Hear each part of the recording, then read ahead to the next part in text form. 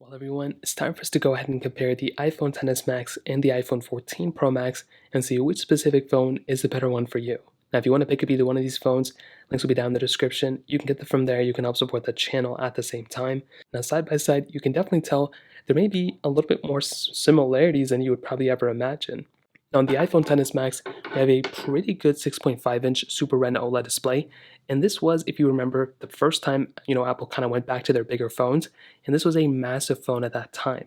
Now it's kind of gotten a little bit more commonplace, but these are still really, really big phones. It's a 6.5-inch display, so it's massive. Now, there's not like a crazy amount of bezel around it, but when compared to the 14 Pro Max, it kind of looks a little bit more dated.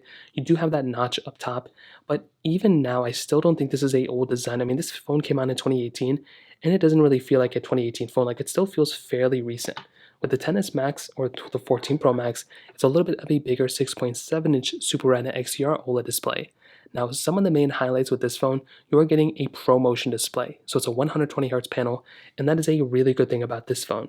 I love that for this specific phone, and I do think looking forward, this is probably going to be one of the bigger advantages. Having a phone like this at this capability is really nice, and looking forward, I mean, that's another big advantage for this type of phone. And you have that dynamic island display, so for certain applications, if you're listening to something, it can kind of utilize that panel up top, which is nice.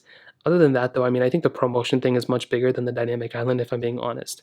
Now, in terms of thinness and thickness, we are getting a very interesting setup. So, first of all, it's a much thinner phone on the iPhone XS Max, but I don't mind the thickness. I think the thickness is totally justified when you think of how much bigger of a battery size you're getting on the 14 Pro Max, which was one of the problems I had with my XS Max.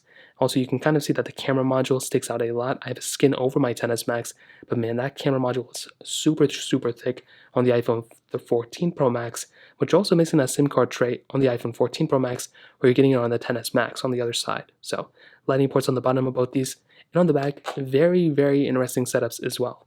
So you're getting a triple camera setup on the iPhone 14 Pro Max, where the XS Max has a dual camera setup. Now, both of them are very good cameras, but definitely the 14 Pro Max is going to be much better. I mean, look how much bigger that sensor is. It's crazy. Now, you're getting wireless charging on both. You're getting MagSafe capability on the 14 Pro Max. You're getting emergency SOS satellite mode, which is cool. IP certification on both as well. And overall, I will definitely tell you when it comes down to it, the 14 Pro Max is a much better phone overall than the XS Max in pretty much every single area. You're going to be getting a much more capable phone, much more quality lenses, better battery life, better pretty much everything on the 14 Pro Max. The only area the XS Max is kind of good in is right now is the price tag. I mean, it's a much cheaper phone than the 14 Pro Max, but other than that, I would probably recommend going for the 14 Pro Max. Now, in terms of software and longevity, meaning how long these phones are going to last, the XS Max, with it coming out in 2018, it's going to be a little tough to tell how long this phone is going to last from like point A to point B. If I had to guess, like if I had to estimate, I would probably say this phone has another 2 to 3 years within it. Maybe a little bit, maybe like 2 years. Like, I feel like Apple could do something really weird and only give it like 2 more years of support and then end it there. Who knows? But I do think this phone has a little bit of runway ahead of it. Whether it's 2 to 3 years, because this phone costs like less than $400, it's not a bad price to pay. I mean, I would recommend at least going to the 11 Pro Max, but this phone still has a little bit of runway ahead of it. The 14 Pro Max though is just getting started. If you have all the money in the world, it only makes sense to buy this phone or the 13 Pro Max. Other than that, it just it doesn't really make too much sense if you're wanting to buy a 12 Pro Max or below. The differences with the 13 Pro Max and the 14 Pro Max is monumental if you have the money. If not, then go for something like the 11 Pro Max in my opinion. So now let's go and do a speed comparison between both these phones. The iPhone XS Max has that Apple A12 Bionic chip inside of it with 4 GB of RAM, where the iPhone 14 Pro Max has that Apple A16 Bionic chip inside of it with 6 GB of RAM. So let's go see which one's the fastest one between both. Okay, there we go. All the apps are clear in the background, so let's get into it. Phone calls, 3, 2, 1. Okay, 14 Pro Max is here, XS Max is here.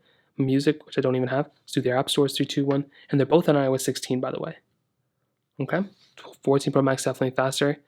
And weirdly enough, the XS Max display still seems fairly smooth. Like, the ProMotion display is definitely smoother, but the XS Max kind of seems like a 90Hz display. Mail, 3, 2, 1. Okay, 14 Pro Max faster. Camera, 3, 2, 1. I didn't even think I clicked it there. I'm going to take a photo, but this is not going to work out that well because it's, dark mode, which is totally okay. That's actually kind of a feature. Opening it up, 14 Pro Max was faster. Photos, 3, 2, 1. Okay. I don't know why these pop-ups coming up. Clock, 3, 2, 1. I think I've already done this one. A little bit of a glitch and a delay on the iPhone XS Max. Settings, 3, 2, 1. a little bit noticeably faster on the iPhone 14 Pro Max. As always, we have a bunch of these third-party applications which are scattered all over the place. Let's do Netflix, 3, 2, 1. And I mean, even on apps like this is so much faster on the 14 Pro Max. Facebook, 3, 2, 1. Okay, like even seeing noticeable differences like this is really, really interesting. Twitter, 3, 2, 1. Okay, let's go hop out of here. Let's do Snake vs. Blocks, 3, 2, 1.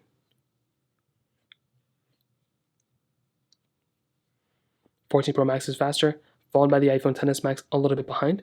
Let's do Stack, 3, 2, 1. Okay, that was very interesting. 14 Pro Max is definitely faster there. Temple Run 2, 3, 2, 1. Now the issue is the Temple Run 1 game also has the number 2 on it, which is very dumb. I don't know why they did that. Now, I want you to note the downloading content thing. Although they both were on downloading content, the 14 Pro Max was able to load through it much faster. So some people do note that the 14 Pro Max has that little downloading content thing sometimes. It's totally okay. It happens on every phone. As you can see, the XS Max was noticeably slower. Now, in a game like this, I don't even know if we're going to see any noticeable gameplay differences, which I don't think we will. They both look pretty good. Hopping out of here. I do hope we have Genshin Impact on this one, which it doesn't really look like we do.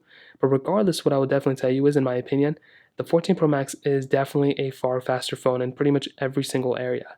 It doesn't really make too much sense, like I mentioned before, to buy something that's older than an iPhone 13 Pro Max if you have the money. If not, the iPhone 11 Pro Max is a really, really good device.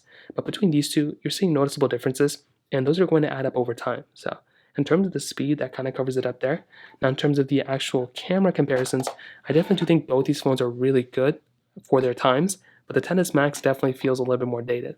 So 14 Pro Max triple camera setup, wide ultra-wide telephoto lens, XS Max dual camera setup, wide and telephoto, 4K at 60 on the back of both these. You only get 1080p at 60 on the front of the XS Max, but you're getting 4K at 60 on the front of the 14 Pro Max. So that's kind of a cool feature on the 14 Pro Max for sure.